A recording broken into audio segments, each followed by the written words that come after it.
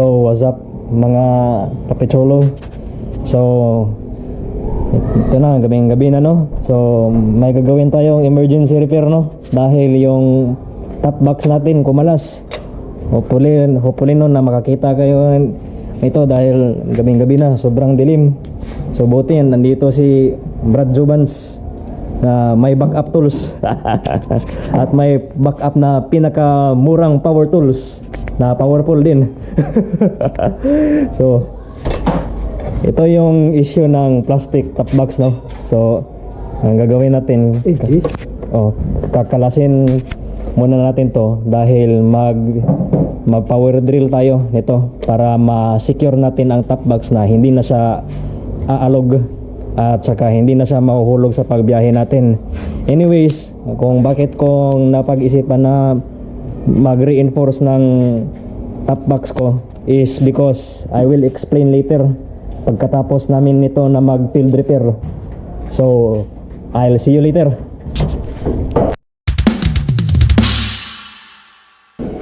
Bangag part.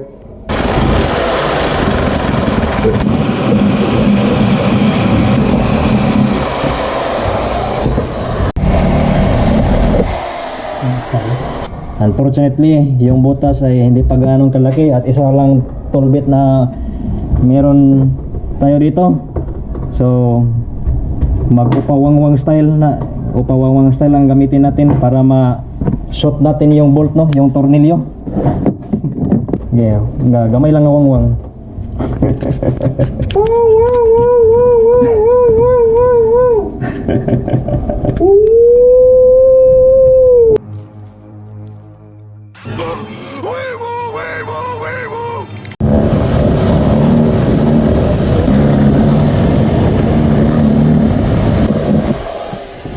Yan na.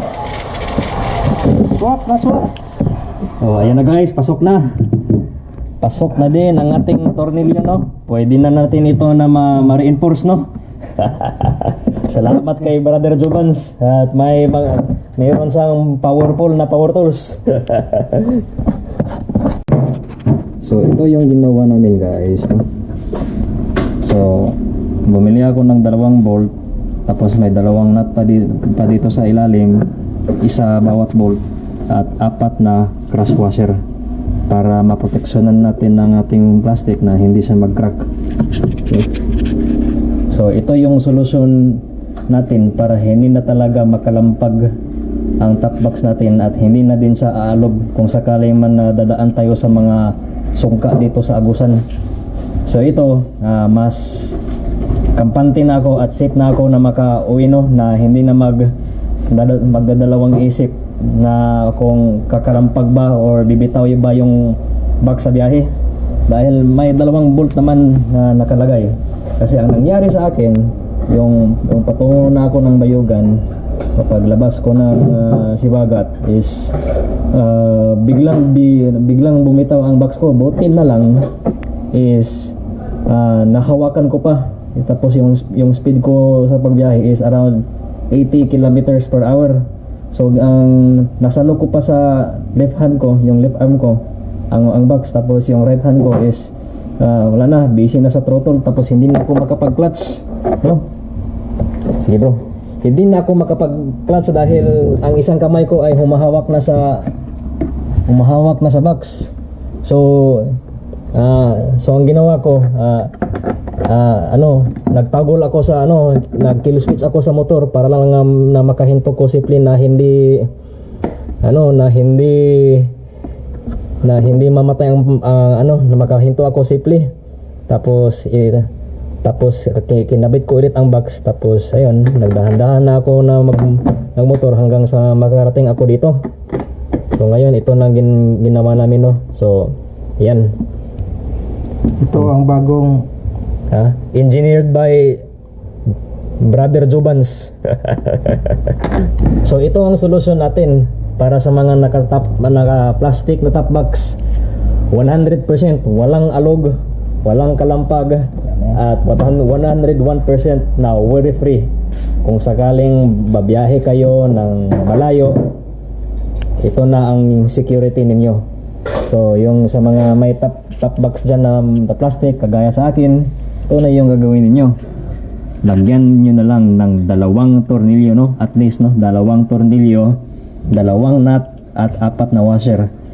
Pero ito yung sa akin guys is temporary lang to, dahil pagbalik ko doon sa CDO is hahanap ako ng Top box na bago. na ano hindi top box na bago. Hahanap ako ng at least na ano 2 mountain 2 bracket, no, para maproteksyonan natin ang ating plastic na hindi siya mag-crack. So yan lang guys, then ibabalik na din natin ito sa ating motor, no, para ma-demonstrate natin kung aalog pa ba o hindi. So let's check it out.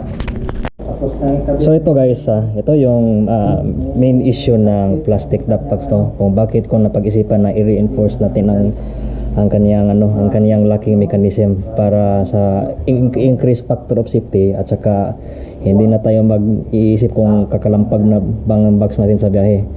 So pag ito ngayon pinakita ko sa inyo is naka-lock ito ng maayos. Ang indikasyon pag na-lock na natin to ng maayos is hindi pala siya naka-lock ng maayos, no. So ito, no, na ano siya, kumalas siya, di ba?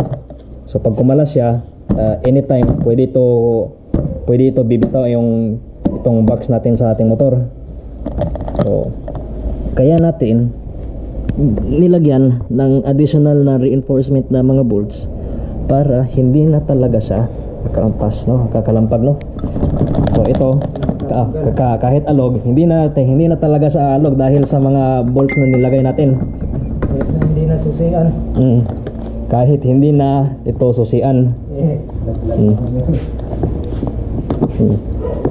So dapat i-secure nyo talaga itong lock na to, no, kasi pag nasiraan kayo ng lock, hindi na talaga ito sisira ng maayos, itong ganito na mga plastic type na top box.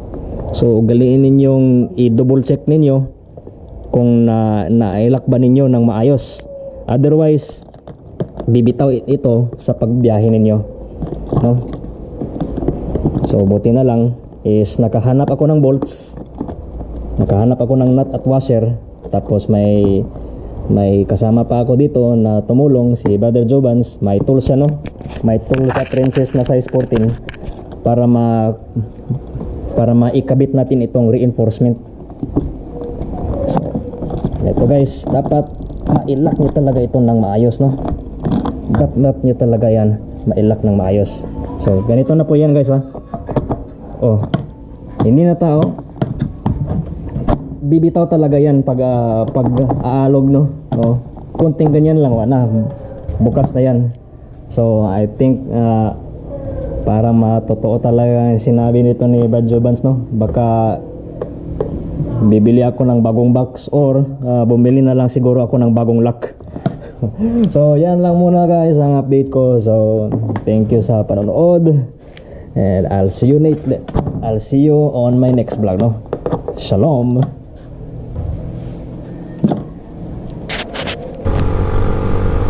Shout out pala sa iyo, no,